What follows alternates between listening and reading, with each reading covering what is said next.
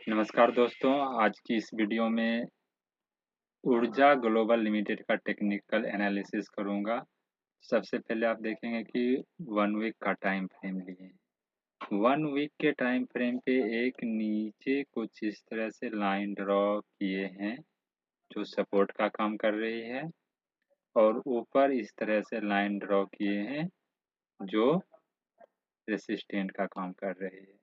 आप नोटिस करेंगे कि स्टॉक जो है यहाँ से कुछ इस तरह से गिरते-गिरते यहाँ पे संभलती है और इस तरह से फिर स्टॉक ऊपर जाती है, रेसिस्टेंट टच करती है, फिर यहाँ से गिरावट के साथ फिर यहाँ से संभलने की कोशिश करती है, ऊपर जाती है, रेसिस्टेंट टच करके फिर स्टॉक नीचे आके कहीं न कहीं अभी ये सपोर्ट के पास है।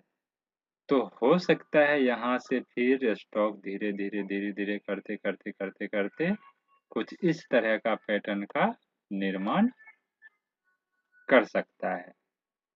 एक ये या यहाँ से एक तो ये हो गया या यहाँ से ये स्टॉक ऐसे करके गिरावट देके रिएक्शन लेके नीचे भी गिर सकती है, कुछ इस तरह से।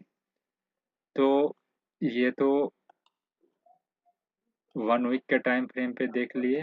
अब आते हैं 1 डे के टाइम फ्रेम पे क्या करना चाहिए।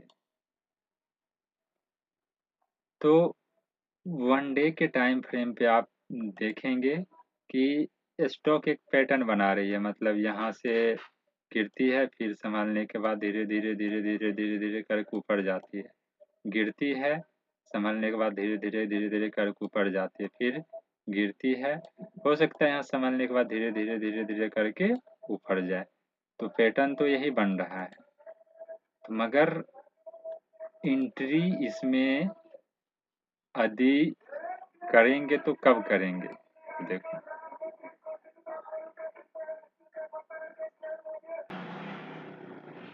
देखो तो ये लाइन ब्रेकआउट होती है, रिजेक्शन मिलता है, एंट्री का प्लान करेंगे और स्टॉप लॉस जस्ट इसके नीचे रखेंगे। टारगेट की बात करेंगे तो ये 18 साढ़े 18 मतलब यहाँ तक का टारगेट रख सकते हैं। बाकी पैटर्न के हिसाब से फॉलो करेंगे तो अपने इस तरह से कुछ जो डिस्कस किए हैं वहाँ तक का रख सकते हैं। देखो, हमेशा पेनी स्टॉक है। पेनी स्टॉक, ये स्टॉक यदि रिकॉर्ड इसका प्रीवियस देखेंगे तो ये 80 पैसे तक भी गया है स्टॉक। यहाँ देखो, इसको और बड़ा करते हैं।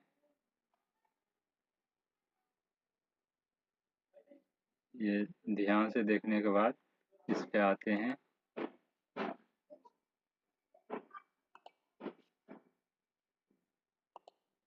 मैक्सिमम 80 पैसे तक ये स्टॉक 80 पैसे तक ये स्टॉक आया है और 41 रुपया तक, मतलब 1000 लगभग % का रिटर्न ये स्टॉक दे चुकी है। तो पैटर्न को देखते हुए जैसे जैसे पैटर्न कह रहा है वैसे वैसे करते जाना है। ज़्यादा रिस्क नहीं उठाना है, या फिर उठाना है तो अपने अपने जो रिस्क रिवार्ड की कैपेसिटी है उसके हिसाब से उठाना चाहिए।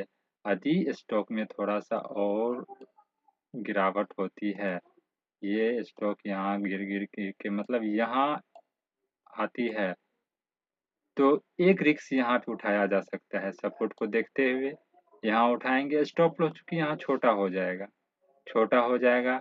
पहला टारगेट ये रखेंगे, दूसरा टारगेट ये रखेंगे, तीसरा टारगेट ये रखेंगे।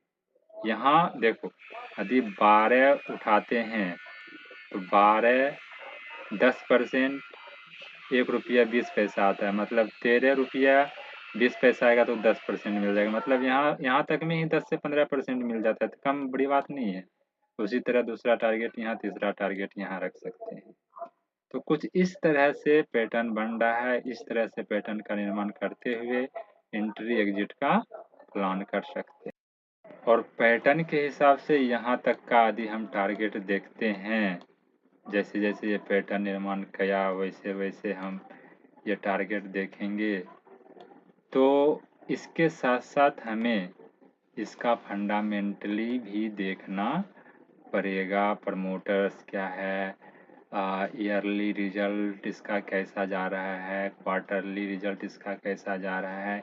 इन तमाम चीज़ों को देखते हुए हम उस तरह के चार्ट पैटर्न को भी चार्ट पैटर्न के हिसाब से बढ़ते जाएंगे। या एक ये हो सकता है जैसे जैसे प्रॉफिट आया कुछ क्वांटिटी बेच के निकाल लिए, कुछ क्वांटिटी यहाँ बेच के निकाल लिए, कुछ क्वांटिटी यहाँ, मतलब इस तरह से बेच बेच के निकालते हुए भी प्रॉफिट बुक कर सकते हैं।